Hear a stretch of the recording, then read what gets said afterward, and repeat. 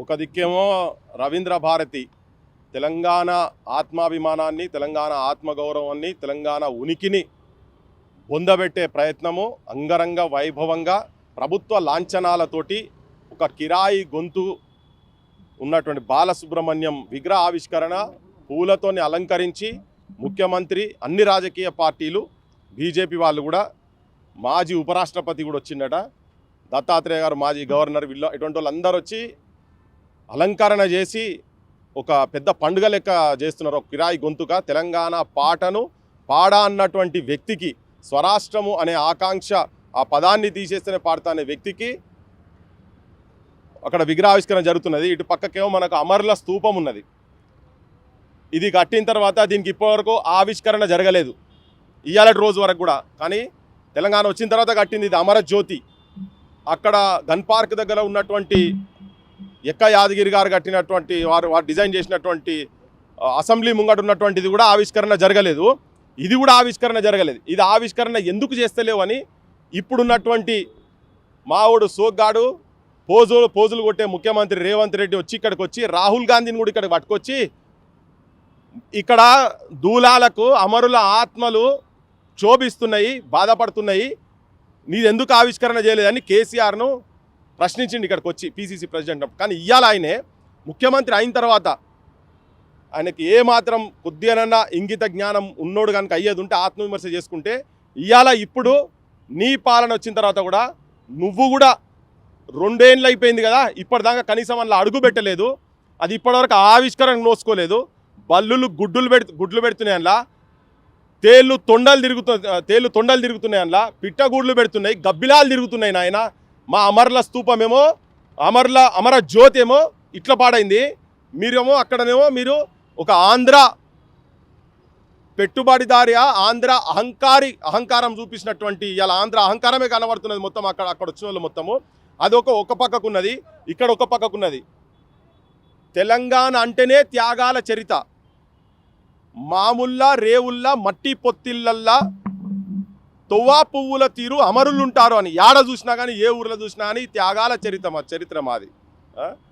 సిరిమల్లె చెట్టు కింద లచ్చుమమ్మో నువ్వు సినబోయి కూర్చున్నావు ఎందుకమ్మో అని ఇలా తెలంగాణలో ఉన్నటువంటి లచ్చుమమ్మలంతా చిన్నబోయి కూర్చున్నారు. ఇక్కడ ఉన్నటువంటి గాన కోకిల లెక్క కంచరేగు తీపివోలే లచ్చుమమ్మో అని పాటలు పాడి నీ గొంతు ఎంత మధురమే లచ్చుమమ్మ అని చెప్పని ఆ సాహిత్యం వచ్చినటువంటి దగ్గర ఈ గొంతులందరినీ కూని చేయించి ప్రజా సాహిత్యం గురించి, ప్రజల గురించి ప్రతి పల్లె బయటికి వచ్చి గొంతులు విప్పి పాడినటువంటి గొంతుల మీద ఇవాళ నువ్వు నీ ఇనుప పాదాలు పెట్టి నువ్వు స్వేచ్ఛ అంటున్నావు.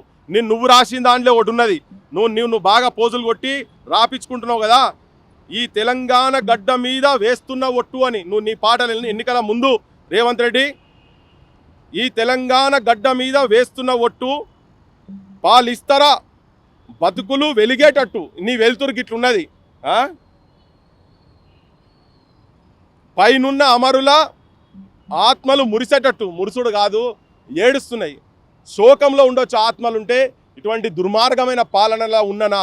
దేని గురించి మేము ఇంతమంది మీ చనిపోయినాము? 1200 మంది ముక్కుపచ్చలారని పిల్లల ఆత్మ బలిదానాలు, 369 మంది 369 మంది తుపాకీ తూటాలకు బలైనటువంటి వాళ్ళందరి ఆత్మలు ఈ ప్రాంతంలో పోరాటాలకు చిహ్నమైనటువంటి అమరుల స్తూపం పరిస్థితి ఏమో ఈడ ఇట్లున్నది కదా. నేను ఇవాళ మీటింగ్ అటెండ్ అవుతున్నటువంటి ఈ సాంస్కృతిక సలహా మండలికి చైర్మన్ ఉన్నటువంటి కోదండరామ్ కూడా, అయ్యా మీ ఆత్మలు చచ్చిపోయినాయా? ఇప్పుడు ఇక్కడ ఈ ఆత్మలు ఎట్లయితే ఏలాడుతున్నాయో, అమరుల ఆత్మలు ఏలాడుకుంటా శోకిస్తున్నాయో, మాకు ఇటువంటి నాయకత్వం ఉన్నదా అని చెప్పని ఆ కమిటీలో ఉన్నటువంటి బి నరసింహరావు గారిని కావచ్చు, లిస్టు ఉన్నది నా దగ్గర. ఆ లిస్టు నేను ఇప్పుడే చూపిస్తున్నా మీకు. వీళ్ళందరూ మిమ్మల్ని అందరు అడుగుతున్నారు. ఇగో ఈ లిస్టులో ఎవరెవరు పేర్లు ఉన్నాయి చూడండి. ప్రొఫెసర్ కోదండరామ్, వెన్నెల చైర్పర్సన్. అమ్మా వెన్నెల, మెయిన్ అంటే గద్దరన్న కూడా ఆత్మ క్షోభిస్తుండొచ్చు. గద్దరన్నది కూడా బానిసత్వం వద్దు అని చెప్పిండు ఆయనే. బానిసలారా రెండిరా బానిస బతుకులు వద్దురా అని చెప్పిండు. ఆ పాఠాలు నేర్చుకున్నా మరి నువ్వు ఏం గలమెత్తుతున్నావు తెలియదు. నిన్ను వ్యక్తిగతంగా ఏం క్రిటిసైజ్ చేయాలని కాదు, కానీ ఇలా ఒక సందర్భం వచ్చింది, తెలంగాణకు అవమానం జరుగుతున్నది. ఇగో ఇంట్లో ఉన్నటువంటి కొంతమంది సుద్దాల అశోక్ తేజ గారు, ఈయన కమర్షియల్ ఆర్టిస్ట్, ఎవరు మాట్లాడతలేరు. బి నరసింహరావు, మా జయరాజన్న, ఇక నేను వీళ్ళ గురించి ఏం మాట్లాడాలి కానీ సంగిశెట్టి శ్రీనివాస్ అన్న రాసిండు ఆల్రెడీ, తన ఇది కొట్లాడుతున్నాడు. పస్నూరు రవీందరు, ఇటువంటి వాళ్ళు. మా దర్వేళ్ళన్న, వీరులార వందనం, కాలేజీలో మండే నిప్పు కనికలు మీరు, విద్యార్థి సంఘాల వీరయోధులు మీరు, నెత్తుటి మడుగుల్లో ఎత్తిండ్రు పిడికిళ్ళు అన్నావు. ఆ విద్యార్థి సంఘాలకి వెళ్ళి వచ్చినటువంటి వాళ్ళు మరి మీరేం చేస్తున్నారు? మా పాట పాడిన అంజన్న ఏం చేస్తున్నాడు? మీరు మా ధూమ్ధామ్, మా నాగరాజన్న, మీ అందరికీ లోపట ఉన్నది, కానీ ఎక్కడో దగ్గర మీరు బ్లాస్ట్ కావాల్సిన అవసరం ఉన్నది, మీరు బయట పడాల్సిన అవసరం ఉన్నది. సాంస్కృతిక సలహా మండలిని మిమ్మల్ని ముందు పెట్టి ఇవాళ పస్నూరు రవీందర్ మాట్లాడుతున్నాడు, బయట మాట్లాడుతున్న మా జూకంటి జగన్నాథం అన్న కూడా ఇప్పుడు తన కూడా ఆర్టికల్స్ రాస్తున్నారు. చాలామంది వ్యతిరేకిస్తున్నారు. ముఖ్యమంత్రి, నువ్వు ఈ సలహా మండలిని అందరినీ నువ్వు మీటింగ్ పెట్టుకో, వీళ్ళు ఎంతమంది నీకు సపోర్ట్ చేస్తారో చూద్దాం. దీంట్లో ఈవెన్ వాళ్ళ మనుషుల్ని అందరినీ, ఈవెన్ గంటా చక్రపర్ణి అన్న కాడికి వెళ్ళి మాట్లాడుతున్నా, వాళ్ళ గురించి కూడా చెప్తున్నా. అన్న, పోయిన గవర్నమెంట్లో నువ్వు ఉన్నావు, ఈ గవర్నమెంట్లో మళ్ళీ ఉన్నావు, మాకు ఇబ్బంది అనిపిస్తున్నది, మాకు బాధ అవుతున్నది, మీలాంటి వాళ్ళు మౌనంగా ఎందుకుంటున్నారు? ఆ పాడయ్య పదవులా ఘోషిస్తున్నాయి, ఆత్మలు ఘోషిస్తున్నాయి. తెలంగాణ ఆత్మ వంచన జరుగుతున్నది. ఒక పక్క కాడ రేవంత్ రెడ్డి తీసి దాన్ని ఇనాగ్రేషన్ చేస్తా ఉన్నాడు కదా, ఆత్మ వంచన జరుగుతున్నది. దీని గురించి కాదు ఇంతమంది చచ్చిపోయింది. ఒక ఫాల్తు పదవులు, పనికిరాని పదవులు. ఈ సలహా మండలిలో ఉన్నోళ్ళకు కూడా కనీసం జీతాలు లేవు, మన్ను లేవు, ఏం లేవు. ఉట్టిగా తీసుకొచ్చి మీ ముఖాలు చూపించి మిమ్మల్ని బద్నాం చేయాల్సి వస్తున్నారు. మీ అందరి మనసులో ఏమున్నదో మాకు ఎరికే, కానీ బయటికి రావాలి, మాట్లాడాలి. చెత్త కాగితం లేక నిన్న నేను ఇన్విటేషన్ ఎట్టయితే చింపి పాడేసిన్నో, మీరు కూడా మీకున్న పదవులు చింపి అవతల పాడేసేయండి. ఎవరెవరైతే పోయి ఆ గద్దెలలో కూర్చున్నారో, ప్రొఫెసర్ పిఎల్ విశ్వేశ్వరరావు సార్, నువ్వు కూర్చున్న కాడికెళ్ళి కూడా ఇప్పటిదాకా ఏం మారలేదు. ఆకునూరు మురళి ఏ ఉద్యమాలలో లేడు, ఆయన ఎప్పుడైనా పోతాడు, ఆయన పెద్ద పట్టించుకోవాల్సిన అవసరం లేదు. కానీ విశ్వేశ్వరరావు సార్, నువ్వు తెలంగాణ, నువ్వు చెప్పిన ఉపన్యాసాలు కూడా ఇని మాలాంటి వాళ్ళం చైతన్యవంతులమైనము. కానీ ఇలా నువ్వు పోయి ముఖ్యమంత్రి దగ్గర కూర్చున్నావు, ఏదో విద్యను ఉద్ధరిస్తా అంటే ఏం ఉద్ధరించలేదు, సంకనాకినట్టు అవుతున్నది ఇంకా విద్య తెలంగాణలో. గొడవ జరుగుతుంటే కనీసం ఇలాగైతే వ్యతిరేకించే వాళ్ళతో కనీసం ప్రభుత్వం చర్చలు జరపలేదు, కనీసం అహంకారం, దురహంకారం. ఇప్పుడు ఆయన అన్నాడు కదా, ఇనుప కంచెలు దించేస్తా అని అన్నాడు కదా, కాదు ఇనుప కంచెలతోనే చేస్తున్నాడు. ఇలా ఈడికి వచ్చేటందుకు నాకు కూడా చాలా ఇబ్బంది అయింది. ఇప్పుడు ఈ నిమిషంలో వ్యతిరేకిస్తున్నటువంటి వాళ్ళను పోలీస్ స్టేషన్లలో పెట్టినావు నువ్వు. ఆడ మొత్తం నీ పోలీసు ప్రహార, సెక్రటేరియట్, నీ అసెంబ్లీ, నీ గన్ పార్కు, రవీంద్ర భారతి, అమరజ్యోతి మొత్తం నీ పోలీసు వలయంలో మొత్తం నింపి ఇలా వాళ్ళు అక్కడ ఉన్నారు. కొంతమంది ఇబ్బంది పడుతున్నారు. కనీసం చర్చలు ఉన్నావు కదా, కరెక్ట్, ఆంధ్రోలన్నా చర్చ చేసిరు కావచ్చు, కానీ వీళ్ళు కనీసం చర్చ చేసిరంటే ఏం జరుగుతుంది, ఏమైతే చూసుకుందాం. ఇదే అహంకారం, ఇదే ఫ్యూడల్ అహంకారం అంటే గిట్లనే ఉంటుంది. నిన్న చూపించింది కదా, ఒక అఖిలేష్ యాదవ్, దాదాపు 70 మంది ఎంపీలు ఉంటారు ఆయనకు, 120 మంది 130 మంది ఎమ్మెల్యేలు ఉన్నారు. కాలు మీద కాలేసుకొని ఆయన పక్కకు ఒక గౌరవం కూడా ఇవ్వకుండా, ఒక చైర్ లేకుండా, అంటే నెత్తికెక్కింది రేవంత్ రెడ్డికి, నెత్తికెక్కింది. కొందరు అంటున్నారు, అరే నువ్వు రేవంత్ రెడ్డి గురించి ఎందుకు ఇంత మాట్లాడుతున్నావు? మరి ఆయనే కదా ఇప్పుడు ఎవరు ఇవన్నీ, నేను పాటలు పాడి వినిపించినా కూడా ఆయనే కదా. మా గద్దర్ నరసింహకు ఇటువంటి వాళ్ళకు కూడా నేను విజ్ఞప్తి చేస్తున్నా, అన్న బంజైరి, ఈయన భజన బంజైరి, రెమ్మల రెల్లు రేవల రెల్లు వచ్చిండ్రు అని ఇవన్నీ పాటలు దయచేసి బంద్ చేయండి. ఆయన తెలంగాణకు కంప్లీట్గా వ్యతిరేకం చేస్తున్నారు. మీరు ఇంకెవరికైనా పాటలు పాడరు, కానీ ఇటువంటి నాయకులకు మాత్రం దయచేసి మీరు పాటలు పాడొద్దు. నీకు కూడా నిన్ను పిలిచి ఒక శాలువగా అప్పినోడు కూడా కాదు ఆయనే, కానీ అన్ని నీ తెలంగాణ తిరుగుతున్నాయి కదా. రాసేటోళ్ళకు పాడేటోళ్ళకు కూడా విజ్ఞప్తి చేస్తున్నా, ఇదొక పాయింట్, ఇదొక డెడ్ లైన్ కావాలి. తెలంగాణకు ఇంతమంది సావులకు సార్థకత లేకుండా వీళ్ళ త్యాగాలను బొందబెట్టే రీతిలో ప్రవర్తించినటువంటి ముఖ్యమంత్రికి ఈ రోజు నుంచే తెలంగాణ, ఇవాళ పొద్దున మాట్లాడుకుంటూ ఒక పెద్ద మనిషి రైటర్ మాట్లాడుకుంటూ చెప్పిండు, పృథ్వీ ఎక్స్ట్రీమ్ అయిపోయింది, ఇది జాలింగా ఇక్కడ నుంచి స్టార్ట్ కావాలి, ఎక్కడో దగ్గర స్టార్ట్ కావాలని. ఎంతో ఆశలతోటి నిరుద్యోగులు కూడా బయటికి వచ్చి నిన్ను అందరు సపోర్ట్ చేస్తే ఇలా వాళ్ళను లట్లతో కొడుతున్నాను, వాళ్ళే గుండెల మీద దంతున్నావు. మన యూనివర్సిటీ పోయి నువ్వు చేసింది ఏం లేదు, అక్కడ ఏం ప్రకటించలేదు, ఉద్యోగాలు ప్రకటించలేదు. ఆఖరికి నిన్ను కొమ్మలు ఇరిసి లట్లు పట్టుకొని వచ్చే కాడికి వచ్చింది. అదే నేను వైలెన్స్ సైడ్ పోవాలని నేను చెప్తలేను, కానీ ఏంటంటే ఇలా తెలంగాణ సమాజం మొత్తం మనల్ని అగౌరవపరుచుకుంటూ, ఇక్కడ ప్రాంతంలో ఉన్నటువంటి కవులను, ఇక్కడ ప్రాంతంలో ఉన్నటువంటి పోయెట్స్, పాటగాన్లు, రాతగాన్లు, జర్నలిస్టులు అందరు కూడా, కె శ్రీనివాస్ లాంటి వాళ్ళు కూడా బాధపడుతున్నారు. అల్లం నారాయణ సొంటోళ్ళు కూడా మాట్లాడినరు. ఇలా అందరు బయటికి రావాలి, బయటికి వచ్చి కూర్చోవాలి, దాన్ని తెరిచిన దాన్ని కూడా బంద్ చేపియాలి.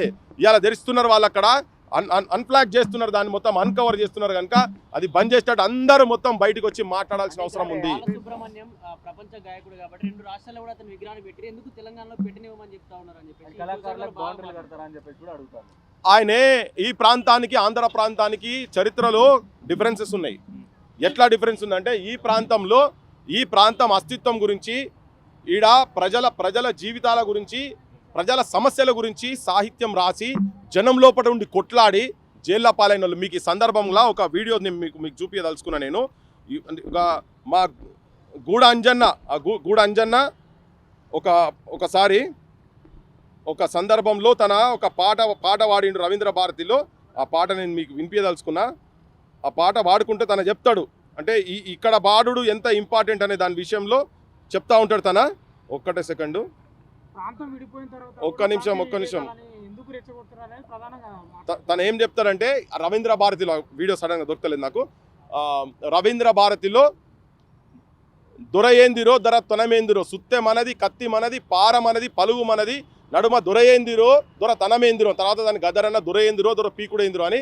నేను 16వ ఏట ఉన్నప్పుడు అసెంబ్లీ ముంగట నేను ఈ పాట వాడుకుంటూ తిరుగుబాటు చేసి మాట్లాడుతున్నప్పుడు, ప్రజల సమస్యల గురించి మాట్లాడుతున్నప్పుడు రవీంద్ర భారతి దగ్గర చూసినాక ఈ రవీంద్ర భారతిలో ఎన్నడో నేను ఒక రోజు పాట పాడాలి అని చెప్పని ఆయనకు అనిపించిందంట. ఎందుకంటే అది తెలంగాణ కళారూపాలకు, తెలంగాణ అస్తిత్వానికి ప్రతీక. అటువంటి అంటే ఈ ప్రజల గురించి సాహిత్యం రాసి ఇట్లా చాలామంది ఉన్నారు. నేను కంటిన్యూస్గా ఆ పేర్లు చెప్తూనే ఉన్నా. అంటే గూడ అంజన్న కోరిక ఏంటంటే ఆ వేదిక మీదనే చెప్పిండు, రవీంద్ర భారతి వేదిక మీదగా ఈ పాట ఒక చరణం వాడి చెప్పిండు. ఇవాళ నాకు ఆ పాట సార్థకమైంది, నేను ఇక్కడ పాడినా అని అన్నాడు కదా. అంటే ఇట్లా ఆయన బాలసుబ్రహ్మణ్యం లెక్క కమర్షియల్ ఆర్టిస్టులు కాదు కదా. ఇక్కడ ఎంతో సాహిత్యం, ఇప్పుడు నేను చాలా పాటలు నిన్న మొన్న కూడా చాలా పాటలు పాడి వినిపిస్తా ఉన్నా.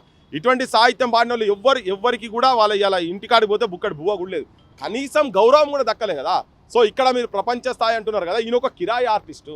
నేను చెప్తున్నా, పైడి జయరాజు చరిత్ర మాట్లాడినరా, ప్రభాకర్ రెడ్డి గారి గురించి మాట్లాడుతున్నారా, కత్తి కాంతారావు గురించి మాట్లాడుతున్నారా, సినిమా ఇండస్ట్రీ గురించే చెప్తున్నా నేను, వాళ్ళ గురించి మాట్లాడతలేరు కదా. మా నారాయణ గారి గురించి మాట్లాడుతున్నారా, లేకపోతే మన జైళ్ళలో ఉండి రాసినటువంటి వాళ్ళ సాహిత్యం వాళ్ళ గురించి మీరు ఏమైనా మాట్లాడుతున్నారా? ఇక్కడ ఎవరో మాట్లాడతలేరే.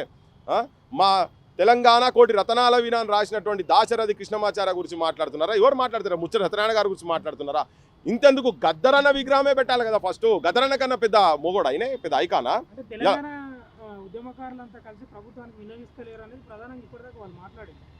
అరే 10 రోజుల నుంచి కోడి కూతాయి కూస్తున్నదబ్బా. వాళ్ళు ఏడున్నారు, ఏ పొక్కలలో పన్నారా? ఏంటన్నా ఎక్కడున్నారు వాళ్ళు? మీ ఛానళ్ళలో వస్తలేవా? మన తొలి వేలు రాలే, ఇప్పటికి 100 సార్లు వచ్చినాయి. వీడియోలు తిరుగుతూ ఉన్నాయి బయట. మొన్న కూడా తీసుకుపోయి రిప్రజెంటేషన్ ఇచ్చినాం, వాళ్ళ ఆఫీసర్లతో మాట్లాడినాం. ఏం రిప్రజెంటేషన్ ఇవ్వాలి వాళ్ళకి తెలియదా? నేను ఇంకొకటి అడుగుతున్నా, పొన్నం ప్రభాకర్ గారు, మా వివేక్, తర్వాత మధు యాస్కి, అంజన్ కుమార్, మీరందరూ ఎంపీలు ఉండే కదా, మీరు పార్లమెంట్లో కొట్టాడారు కదా, మీకు బాధ అనిపిస్తలేదా? ఆ విగ్రహాలు చూస్తుంటే, ఆయన ఇప్పుడు బాలసుబ్రహ్మణ్యం విగ్రహం చూస్తుంటే మీకు బాధ అనిపిస్తలేదా? మీరు కూడా లాస్ట్లో పార్లమెంట్ ఉన్నప్పుడు మీరు కొట్లాడారు కదా. కేసీఆర్ రానప్పుడు మీరైతే ఆడ ఉన్నారు కదా. మీరు కూడా అమ్ముడు పోయినరా? ఆఫ్టర్ ఆల్ చిన్న పదవుల గురించి ఒక్కడు మాట్లాడే సోయలేదా మీకు? లేదా మీరు బలహీనులా? మీరు మంత్రి పదవి ఉండి ఉంటే వేస్ట్ కాదా మీరు? ఏంది ఇది? ఒక్కరు కూడా మాట్లాడరా మీరు? నేను నిస్సహాయంగా లేను, ఏదో మిమ్మల్ని అర్థిస్తున్నాను అనుకోకండి. కానీ తెలంగాణ ప్రజలకు వాస్తవం తెలియజెప్పే ప్రయత్నం చేస్తున్నా. ఈయన మీ పీసీసీ ఎక్కడ ఉద్యమంలో ఎక్కడున్నా మాకు ఎరకలేదు, కానీ అందరు బానిసలు అవుతారా? ఆయన ఇంకా మంత్రి పదవి రావాలనుకుంటున్నారు. రేపు పొన్న ప్రభాకర్ ఉడవికి తనని పెడతారట. ఆయన ఇంకో గౌడ్ సాబ్ పెడతాడు నిజామాబాద్ ఆయనను. దాని గురించి ఆయన ఆశలు ఉన్నాడేమో.